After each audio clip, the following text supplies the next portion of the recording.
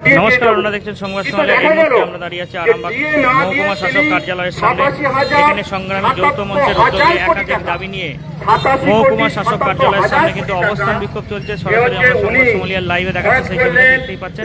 আরামবাগ মহকুমার শাসক কার্যালয়ের সামনে সরকারি কর্মচারীদের ডিএ থেকে বঞ্চিত করা যায়, কি কৌশল অবলম্বন করে মঞ্চের শিক্ষাটাকে ধীরে ধীরে ধীরে ধীরে বেসরকারি কোম্পানিকে ছেড়ে দিতে চাইছে।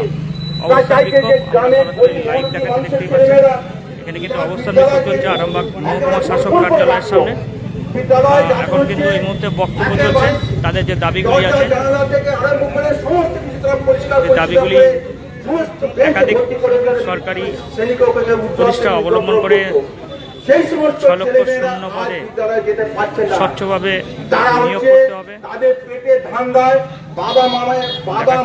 সংবাদ সম্মেলন লাইভে দেখতে পাচ্ছেন। সংগ্রামী যৌথ মঞ্চের উদ্যোগে আরামবাগ মহকুমা শাসক কার্যালয়ের সামনে এই মুহূর্তে অবস্থান বিক্ষোভ চলছে। আর আমাদের পশ্চিমবাংলা কাজ নেই, তাই তার পেটে ধান্দা চলে যাচ্ছে। বিদ্যালয় ছুট পাচ্ছে, যে জনমুখী প্রকল্প ছিল মিড ডে মিল, আরামবাগ মহকুমা শাসক কার্যালয়ের সামনে কিন্তু এখানে সংগ্রামী যৌথ মঞ্চে যারা আছেন তারা কিন্তু এখানে উপস্থিত হয়েছে। উপস্থিত হয়ে তারা বিক্ষোভ দেখাচ্ছে। তাদের কিন্তু একাধিক দাবি ছিল। ডিএ বাড়াতে হবে সহ একাধিক দাবি নিয়ে এখন তারা অবস্থান বিক্ষোভ করছে। ধীরে ধীরে কমে যাচ্ছে। প্রাইমারি স্কুলে 6 টাকা 8 পয়সা, আর একটা ডিমের দাম হচ্ছে 7.5 টাকা। কি করে চলবে? আপার প্রাইমারিতে মিড ডে মিল 10 টাকা 40 পয়সা, আর একটা ডিমের দাম হচ্ছে 7.5 টাকা। কি করে চলবে? তার সাথে সাথে চাল আছে, ডাল আছে, জ্বালানি আছে। এই অবস্থা আমাদের চলছে। মিড ডে মিলের কর্মীরা যারা কাজ করেন তাদের বেতন কোথায়? তাদের বেতন নেই।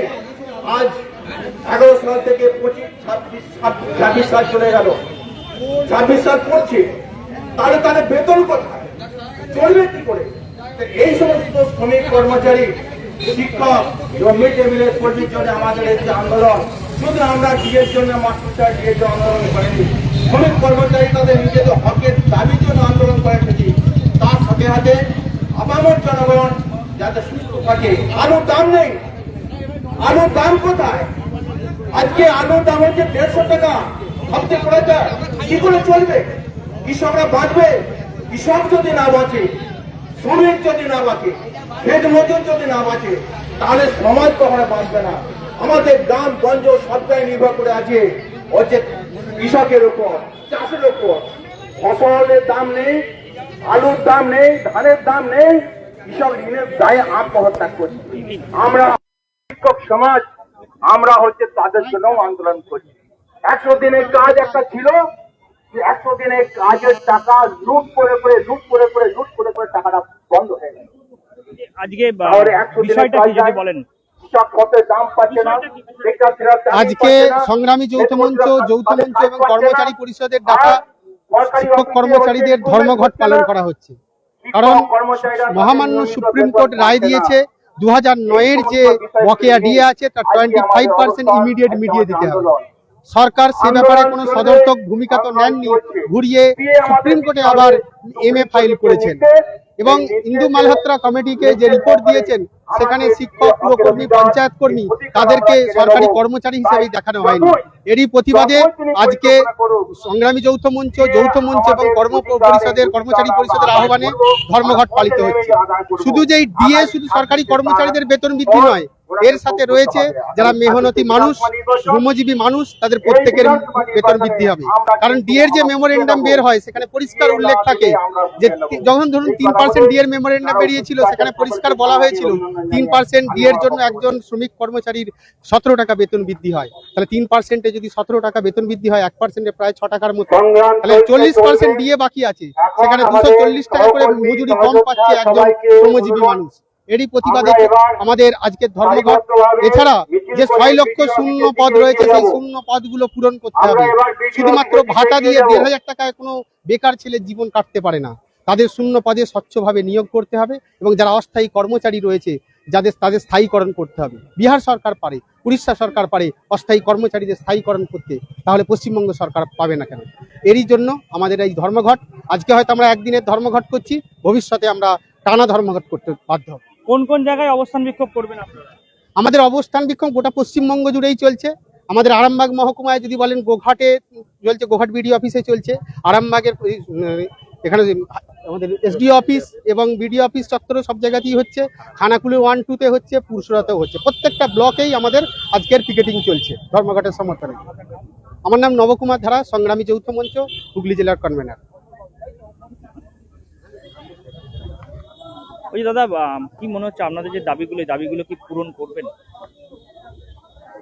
আমাদের মূলত দাবি হচ্ছে, সুপ্রিম কোর্ট যে রায় দিয়েছিল যে অবিলম্বে বকেয়ার 2009 রূপার যে বকেয়া, সেই বকেয়ার 25% ইমিডিয়েট মিটিয়ে দিতে হবে। তো আমরা যেটা উপলব্ধি করছি বা দেখতে পাচ্ছি যে সরকার সেই বিষয়ে কোনো রকম কোনো কর্ণপাতই করছে না। উল্টে তারা এই রায় বিরুদ্ধে তারা সুপ্রিম কোর্টে গিয়ে MA ফাইল করেছে, অর্থাৎ মডিফিকেশন অ্যাপ্লিকেশন ফাইল করেছে। তার মানে এটা স্পষ্ট যে সরকার তার কর্মচারীদের প্রতি, শিক্ষক, শিক্ষিকা, পৌরসভা কর্মী, পঞ্চায়েত কর্মী সহ রাজকোষ থেকে বেতনপ্রাপ্ত যে সমস্ত কর্মচারী তাদের প্রতি কি মনোভাব পোষণ করছে।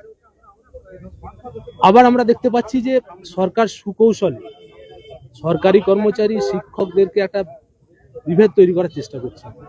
তিনি স্যার থেকে আরম্ভ করে হাইকোর্ট, সুপ্রিম কোর্টে যে তথ্য দাখিল করেছেন, সেখানে শিক্ষক শিক্ষিকাগণদেরকে তিনি তার সরকারের কর্মচারী হিসাবেই মানেন। তো এই সমস্ত জিনিসগুলোর প্রতিবাদ, তাছাড়াও শূন্য পদে যে পদগুলো শূন্য হয়ে আছে, সেই শূন্য পদগুলো দ্রুত পূরণ করতে হবে। যোগ্য অস্থায়ী কর্মী যারা আছে তাদেরকে যোগ্যতার ভিত্তিতে স্থায়ীকরণ করতে হবে। এই সমস্ত দাবিগুলোকে নিয়ে আমরা আমাদের আজকের যে ধর্মঘট আমরা পালন করছি। আমরা এই দাবিগুলোকে নিয়ে পূর্বে আন্দোলনের যতগুলো রূপ আছে, আন্দোলনের যতগুলো পন্থা আছে, সমস্ত পন্থা অতিক্রম করে শেষ পর্যায়ে বাধ্য হয়েছে আমরা এই ধর্মঘটটা। পরীক্ষা তো হচ্ছে এবং রিক্রুটমেন্টটা হচ্ছে, তা সত্ত্বেও আপনাদের এই দাবিগুলো পরীক্ষা হচ্ছে বলতে, দেখুন, SSC হয়েছিল গত 2016 সালে। এখন যে SSCটা আপনারা দেখছেন, সুপ্রিম রায়ে 2016 যে প্যানেল, সেই প্যানেল বাতিল হয়ে যাওয়ার পরিপ্রেক্ষিতে সুপ্রিম কোর্ট যে অর্ডার দিয়েছিল যে এদেরকে নিয়োগ করতে হবে, তখন সরকার কৌশলে চালাকি করে ফ্রেশার্স প্লাস যারা চাকরিজীবী ছিলেন তাদেরকে একসঙ্গে গুলিয়ে দিয়ে নতুন করে এই একটা পরীক্ষা নিচ্ছে। 16 থেকে 26-এ এসে তার মনে পড়লো যে আমাকে একটা SSC নিতে হবে, তাও সুপ্রিম কোর্টের খেলা। তাহলে কোথায় পরীক্ষা হচ্ছে? পরীক্ষা হচ্ছে, দেখা যাচ্ছে যে সেখানে নিয়োগ হচ্ছে না, রেজাল্ট বের হচ্ছে না। আপনার পুলিশের রিক্রুটমেন্ট হচ্ছে SI পদে, কনস্টেবল পদে। পুলিশের রিক্রুটমেন্ট, SI পদে, যে কনস্টেবল পদে যে রিক্রুটমেন্টের কথা বলছেন, আমাদের রাজ্য সরকারের কর্মীদের শুধু তো পুলিশ নয়, পঞ্চায়েত দপ্তরগুলো যে দেখুন ফাঁকা, সরকারি বিডিও অফিসগুলো যে দেখুন অসংখ্য দপ্তর ফাঁকা, টেবিলের চেয়ার সব ফাঁকা। আপনারা ইতিমধ্যেই জানেন যে সরকার দুয়ারে সরকার যে প্রকল্পটা চালু করেছে, কেন তার কর্মচারী নেই? ইতিমধ্যেই 6 লক্ষ শূন্যপদ ফাঁকা। এই সমস্ত দপ্তরগুলো নিয়োগ করুন। এই সমস্ত দপ্তরগুলোর জন্য আমি কটা নোটিফিকেশন বার করেছি, কটা পরীক্ষা নিয়েছি, কজনকে রিক্রুটমেন্ট করেছি। আমার নাম ধনঞ্জয় দিকে, আমি মুথারাঙ্গা চক্রের কনভেনার।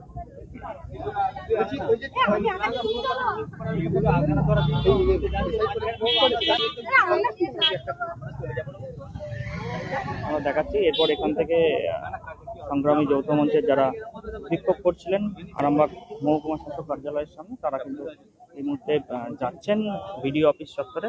ওখানেও কিন্তু বিক্ষোভ কর্মসূচি আছে। এখন এই পর্যন্তই। পরবর্তীকালে আমরা বিভিন্ন খবরাখবর নিয়ে আবারও লাইভে আসবো।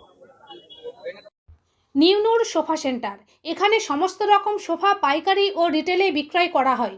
সমস্ত সোফা নিজস্ব কারখানায় তৈরি করা হয়। প্রোপাইটার হানিফ হোসেন খাঁ ও রুহুল হোসেন খাঁ, বড়ডোঙ্গল হাটতলা সিনেমা হলের সন্নিকটে, হুগলি। যোগাযোগ 7797170093 এবং 9382003105।